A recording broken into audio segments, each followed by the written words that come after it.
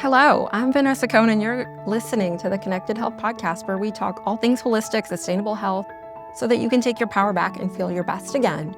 In today's episode, we're diving into part 2 of our thyroid health series. If you missed part 1, be sure to go back and listen to the episode called Beyond TSH, Get the Full Picture of Your Thyroid Health, because that episode lays the foundation for today's episode. This week, we're going deep into autoimmune thyroid conditions, specifically Hashimoto's and Graves' disease, what they are, how they affect your body, and how gut health, stress, and even mold toxicity can play a role.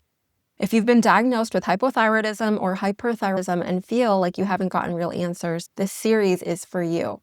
Let's do a quick recap from part 1. We are talking about the thyroid because as of right now, it's January and it's Thyroid Health Month. And the thyroid is responsible for controlling things like metabolism, your mood, your energy, digestion, your heart rate, fertility, and so much more. Common symptoms of low thyroid or hypothyroidism are fatigue, constipation, hair loss, weight gain, brain fog, and dry skin, but there are so many more other symptoms that can come with it. And then the common symptoms of high thyroid or hyperthyroidism include anxiety, insomnia, heart palpitations, weight loss, feeling overheated, and several more.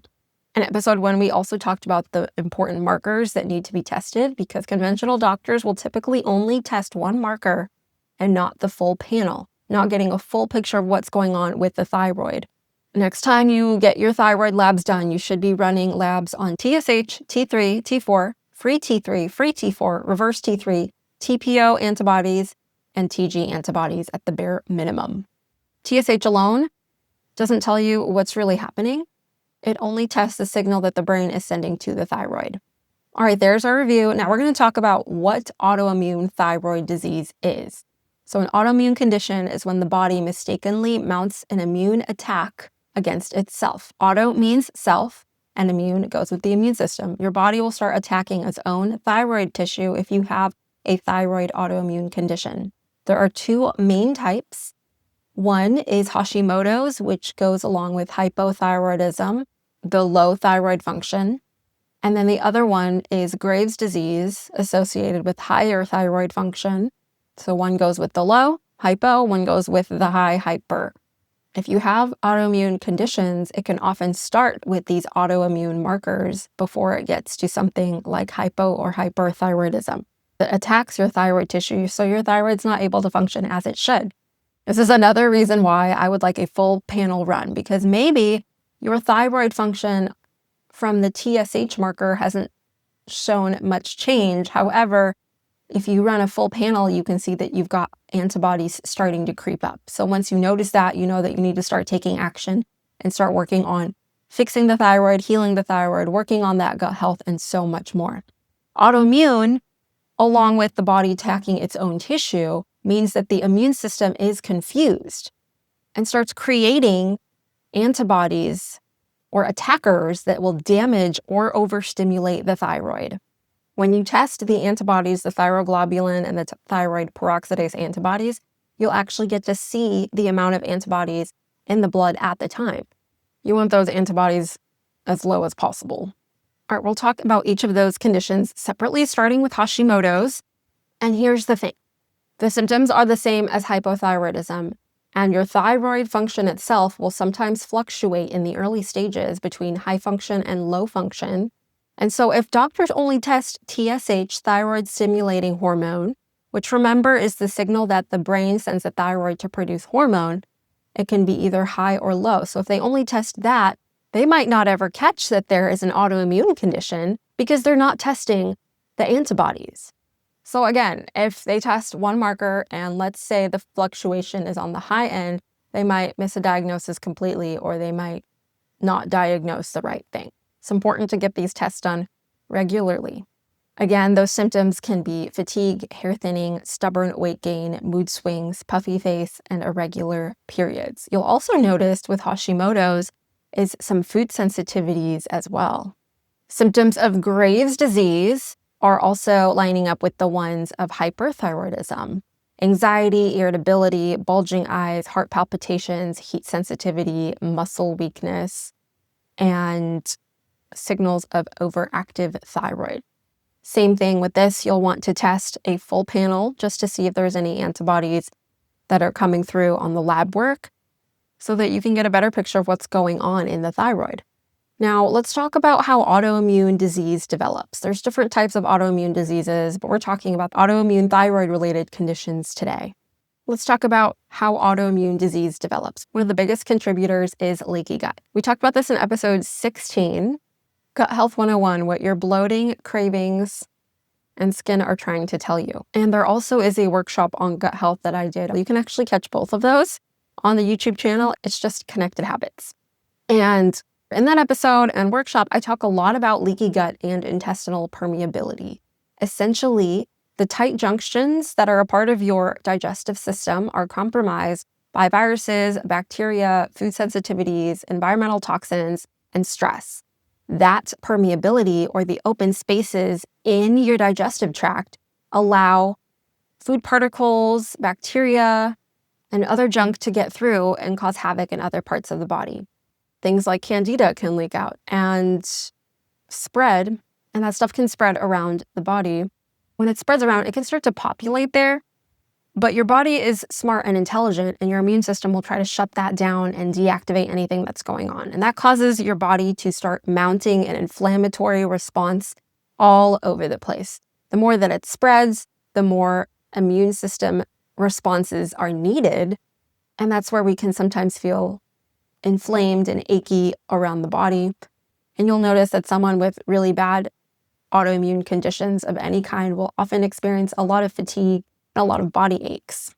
Another contributing factor to things like autoimmune thyroid disease are the toxic burden. If you've lived in a moldy house for many years and you didn't know it, you're taking in the mold spores when you're breathing, you're around it for years and years and years at a time, and that starts to accumulate. Same thing with heavy metals. When we're exposed to heavy metals through water, through mercury in food, through aluminum and mercury in vaccines, aluminum, barium, strontium can be found in our air. It's everywhere. There's also pesticides also in the air, in our lawns, on our food. Almost every single source that we need to take in to survive, whether it be food, air, and water, can be tainted with extra junk and chemicals that our bodies were never made to process. They're not innately able to process tiny particles of glyphosate or these elements on the periodic table that were not meant to be ingested by humans. And so that can build up in our body. That can build up in our gut too and cause burdens on the liver and the digestive system and the kidneys and all the parts that are supposed to keep us healthy. This stuff can accumulate. Another contributor is chronic stress. Stress is a root cause of many things that can cause a cascade of other symptoms. There's the psychological symptoms, there's the physical symptoms of stress, but there's also the after effects of stress. Think about when you are chronically stressed out, and you might be a stress eater. So if you're stressed, that causes you to stress eat, and you're likely not stress eating broccoli and carrots. You're probably stress eating Oreos and potato chips. And so those foods, also heavily processed and chemically laden, can cause damage to our body, our gut, and deplete us of minerals and vitamins. Leading me to the next reason that autoimmune conditions can happen is nutrient deficiencies. When we're not eating enough whole foods, we're not eating enough foods in general, our gut is compromised so it can't even take in nutrients. All of these contributing factors can lead to autoimmune disease. Now, the key nutrients that are really important for thyroid function: selenium, zinc, iodine, and vitamin D. Now, it's so easy to just say, okay, I'm going to go really make sure my thyroid is okay. I'm going to go to the store and buy all these supplements right now and start taking them every single day so I don't have any thyroid problems. That's not quite how it works. I would personally recommend testing your mineral level. There is a functional medicine lab that is very introductory, very non-invasive, and quite cheap. You can have the lab and interpretation done by most practitioners under $100. All you need is a tiny sample of your hair, and you can test and see what your selenium and zinc levels are. You can also get those tested with blood. You can test your selenium, zinc, iodine, and vitamin D. Now, if you wanted to supplement, if you find out you are deficient in those things, that's completely fine. And most people are deficient in vitamin D, but if you do decide to do that, I would add a K2 as well. D3 and K2 come in many blends. I would do hair tissue mineral analysis to take a deeper look at what those nutrient deficiencies are before going and just automatically supplementing. Now, is it okay to take a multivitamin that has your recommended daily amount? Yes, that is completely fine. But double check with your provider or health practitioner. Now, I know we talked about gut health in a completely different episode, but just in case you didn't listen to that one, I want to reiterate the importance of the gut, not only in thyroid autoimmune conditions, but all autoimmune conditions. 70 to 80% of your immune system is in your gut. Of course, we want to pay attention to the gut because a huge part of your immune system lives there. In your gut are the immunoglobulins that help you fight sickness, fight disease, that will take care and kill things for you before you realize that you had any sort of bacteria or virus. When your immune system is strong, it takes care of all of these things for you. If you go out in public, especially this time of year in the winter, many people have a cold or the flu or bronchitis, and all of this stuff is going around. But if your immune system is really strong and robust, you can be around those people and your immune system will squash those little bugs so before they get a chance to populate and make you sick. When that gut lining is compromised by any of those things I listed, I'll list them again. We've got leaky gut, we got chronic infections. That can be viruses, bacteria, candida, parasites, H. pylori, toxic burden of mold, heavy metals, and pesticides, chronic stress, and nutrient deficiencies. The gut lining is compromised from those reasons. Undigested food particles, other toxins, and bacteria can leak back into the bloodstream and trigger the immune system. If the gut lining is very compromised, and this happens all of the time, it can cause further damage to the gut lining and start to cultivate a perfect place for autoimmune disease to flourish. The gut lining is compromised, the body mounts an immune response, sometimes against itself. Those autoimmune antibodies are going to increase and increase and increase. Again, if this is hard for you to picture, I have all of the visuals in that gut health episode 16, so go back and listen to that. Or go back and watch that on YouTube because it's going to help you see what I'm talking about. Those visuals that I give there are key to understanding the whole process.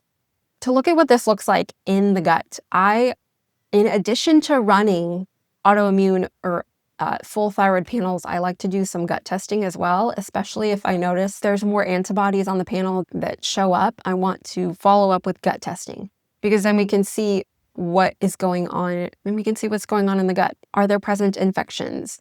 Is there gut dysbiosis, which basically means an imbalance of good and bad bacteria? Is there actually leaky gut? Is there not enough of certain digestive enzymes? Is there an overgrowth of candida or staph infection? Is there H. pylori present? All of these things and more can be determined by doing a simple stool test. So I would recommend running a full thyroid panel, and if the antibodies come back or higher than they should be, I would recommend doing a stool test as well. It's very simple. The labs that I do with clients, most of them can be run in your own home, so you don't have to leave the privacy of your own home. You can collect stool in your bathroom. You can collect a blood spot sample for your thyroid just by pricking your finger. But there also is the option of going to a LabCorp or Quest facility for people to get their blood work lab draw completed over there. Those are the main causes of autoimmune diseases in general. Now let's talk about other thyroid conditions that can happen as a result of autoimmune conditions. Now, when the thyroid is under an autoimmune attack for too long, it can be inflamed or enlarged. And you might have seen images of people with it's called a goiter on the side of their neck. That is what happens when the tiny butterfly gland in your neck becomes inflamed and enlarged. It starts to swell. You could have thyroid nodules. And if that's the case, I would recommend an ultrasound or scan done at a doctor's office. And then in extreme cases of thyroid damage or disease, a removal of the thyroid or a thyroidectomy might be necessary. And for those people, whether it's congenital, they're born with it, or it develops over time, you might need to have the thyroid removed and be on thyroid replacing medication for the rest of your life. Now let's talk about common thyroid medication. So there's common thyroid medications called synthetic T4 levothyroxine or Synthroid are the most common names that you'll hear of those. There's natural desiccated thyroid coming from natural sources, and P-thyroid or Armor is what that will be called on the market. And then there's a medication option that gives the body T3, and that one is called Cytomel. So those are the common ones that are out there. And your doctor will choose which type of thyroid is needed. I hope based on more than one marker than TSH, but sometimes they only look at one. They only look at the TSH marker. What I like to do that's different as an integrative health practitioner, I'll start with a blood test, full thyroid panel to evaluate the thyroid function, and I'll tailor my approach based on how those labs turn out to guide nutrition, to guide supplementation, to guide further testing, to guide lifestyle changes, and more. And if those tests come back and the autoimmune markers or the antibodies are high, I would recommend going back and doing a stool test to look at the gut, to see how inflamed the gut is, what's going on in there, what kind of infections and dysbiosis is present. And again, tailor the approach to bringing my clients back to balance with that information in mind. The difference between doing one marker and making decisions and the difference between looking at the thyroid panel has a minimum of about 7 markers, and then the stool test, there's 12 pages of data. Making a decision based on more data, in my opinion, is going to be way better for people than just looking at one marker and not quite catching the full picture of what is going on in the body. If the immune system is attacking the thyroid, we want to understand why. This is why we get these markers run. This is why we get the test done, so that we can see and pinpoint, we've got a problem here, we've got a problem there. Let's do this to support those issues. And then we can start to put the body in a safe place so the body can calm down. The immune system can stop sending inflammatory responses because the infections will be gone. Now let's talk about the connection of mold and chronic illness when it comes to thyroid issues. Autoimmune thyroid conditions don't exist in a vacuum. There's no spontaneous cause of autoimmune conditions at all. And there's always a reason why they start in the first place.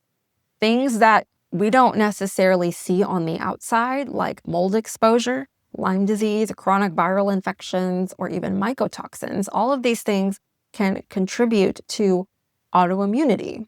And there is further testing that you can run to look at those. But I would definitely start with the thyroid panel and the gut testing. If you do suspect that your conditions are deeper than that, maybe it's caused by mold or mycotoxins or Lyme disease or even other chronic viral infections, there's testing options for that as well. It's important to rule these out and support the body in the process of healing. I want to tell 2 stories about 2 of my thyroid clients. One of them came to me. She had gained a bunch of weight in a short amount of time. Stress was definitely a factor, but she had all of these other conditions as well. She showed me her blood work from before we started working together. And there was, I want to say, if I remember correctly, the TSH and the T3 and T4 were tested. Now that is better than most PCPs will do, testing more than one marker, but it still wasn't a complete picture. So I had her go back and get a full thyroid panel done. And guess what? We found high thyroid antibodies. So she took that back to her PCP and was given the diagnosis of Hashimoto's. Now that had been missed because the antibodies were not tested. So I'm not saying that you need a diagnosis, but I think it's helpful to know the full picture of what's going on so that you can take the right steps, so that you're not guessing, so that you're not medicating or supplementing or changing things in circles and not really getting anywhere. You want to have a full picture of what's going on. And then another one of my thyroid clients, she knew she had Hashimoto's. She had lived in a moldy house for decades. And when we ran her full panel, her antibodies were the highest that I've ever seen, ever. So we started working on her gut health. And it was slow at first. We tested halfway through our work together, and they had dropped about 200 points below where they were before. And we just kept going, kept working on taking care of those pathogens that were rampant in the gut and healing and sealing the gut. And the next time we tested, they had dropped another 500 points, which gives us the data that we're doing the right thing. we're taking care of the things in the work that we were doing included killing all of the pathogens that were in the gut and making sure the gut lining was able to have enough nutrients and support to repair itself and to seal up nice and safe so that it wouldn't continue producing these antibodies, and the antibodies started to drop significantly. This is the change that can happen when you stop guessing at what's going on and start testing specifically what could be going on in your body and start to heal that from the inside out. There's not as many medical mysteries as you think. It's often that you're not looking in the right places for what the root cause could be. Those are some of my favorite thyroid healing stories. And truthfully, if you work at it, you can actually bring those antibodies back down to the point where you don't have that thyroid condition anymore. You can bring your antibodies all the way down, depending on how long you've been dealing with it. If your thyroid has been damaged and the damage has accumulated over years, it can be a little harder. But the earlier you test, the earlier you catch it, the better your outcome will be. Now let's talk about what other things can help heal the thyroid. We talked in the last episode about nutrition, and I've hinted earlier in this one about selenium, zinc, magnesium, iodine, and vitamin D. Selenium has many roles in the body, including protecting the thyroid, and you want to have at minimum 200 micrograms per day. And the best way that you can get this very simply is you can also take a multivitamin, but I would rather get it through whole food sources first. And 2 Brazil nuts purchased at any grocery store can give you your daily allowance of selenium each day. Zinc is another one. You can get that through nuts as well. Things like pumpkin seeds, sardines, and some shellfish will also have zinc. Magnesium through whole food sources, dark chocolate, your leafy green. Iodine should not be supplemented without guidance. So definitely do your testing first to see if you actually need it, because if you take it when you don't need it, you can have issues there as well. Natural iodine is found in seafood and kelp type of foods. So for example, the wrap that's around sushi, the seaweed wrap, you can get that as a snack these days. They do seafood or kelp salads at Asian restaurants, but you can also learn to make this at home on your own. Vitamin D is used in so many things. You can get it from sunlight, you can get it from foods, you can get it from fatty fish like salmon, mackerel, herring, sardines, cod liver oil, and egg yolks.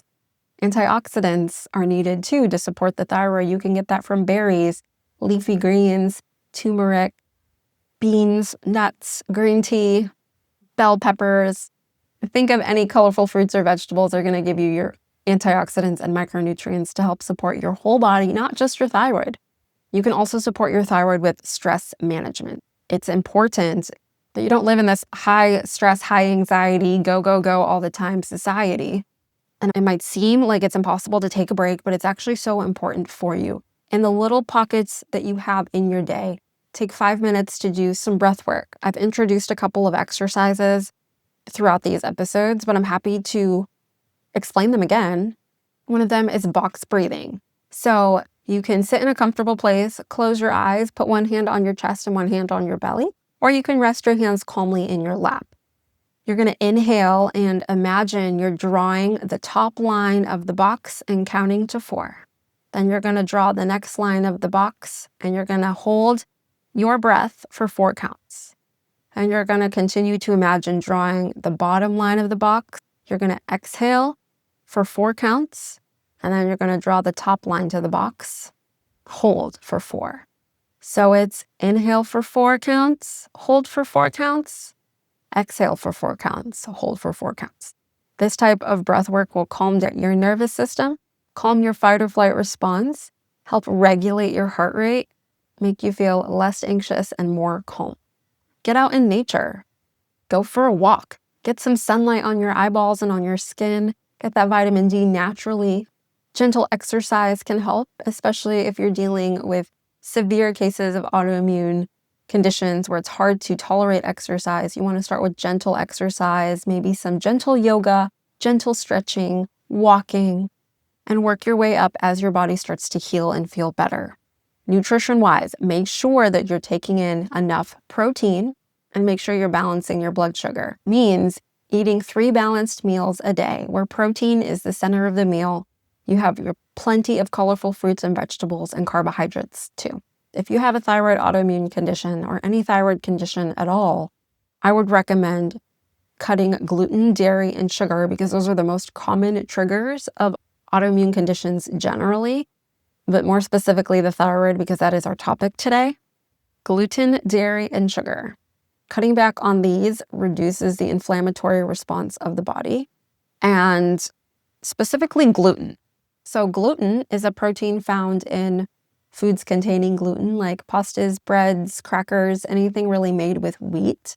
It has a molecular structure that is similar to your thyroid tissue. So when you ingest gluten, your body will attack the gluten and your body will attack the thyroid because they're so similar. A condition called molecular mimicry, the immune system will attack anything that looks dangerous or foreign, even if it is your body's own tissue. So we definitely want to avoid gluten.